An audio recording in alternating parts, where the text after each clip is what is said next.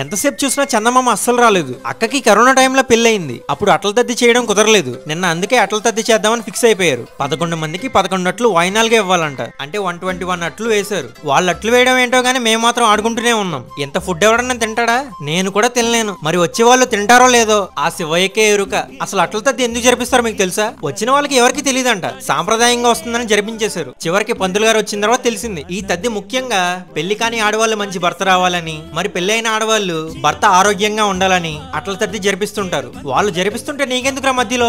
ఏం లేదు మామ, మీకు చూపిద్దామని ఆతృత, అంతే. ఆతృత ఎక్కడుందో అడగొద్దే. పూజలన్నీ అమ్మాయిలే చేస్తుంటే మరి అబ్బాయిల పరిస్థితి ఏంటో? అంటే మాకు మాత్రం ఉండదా మంచి భార్య రావాలని? ఆహా, పూజ అయిపోయిన తర్వాత చంద్రుని నమస్కరించుకోవాలంట. ఎక్కడో మబ్బులు వెనకాల దాక్కున్నట్టున్నాడు. అస్సలు రాలేదు. ఇక ఒక్కొక్కరికి వాయినాలు ఇవ్వడం స్టార్ట్ చేస్తారు. 11 అట్లు ఉన్న ఒక్కొక్క ప్లేట్ ని 11 మందికి ఇవ్వాలి. ఒత్తులు వెలిగించి ఉన్న ఒక్కొక్క ప్రసాదాన్ని అందరూ తినాలంట. వాళ్ళ నోరులు ఎక్కడ కాలిపోతాయేమో అని భయం వేసింది. బట్ బానే తినేశారు. అక్క కూడా బానే తినేసింది. పాపం పూజ చేసి బాగా అలసిపోయినట్టుంది. అందరికన్నా లాస్ట్ లో టిఫిన్ చేసింది. వీడియో తీసి అలసిపోయాం కదా అని మనం స్పెషల్ గా దోశలు వేయించుకున్నాం. ఇక నెక్స్ట్ వీడియోలో కలుసుకుందాం. ఇంకా టాటా చెప్పే నాన్న.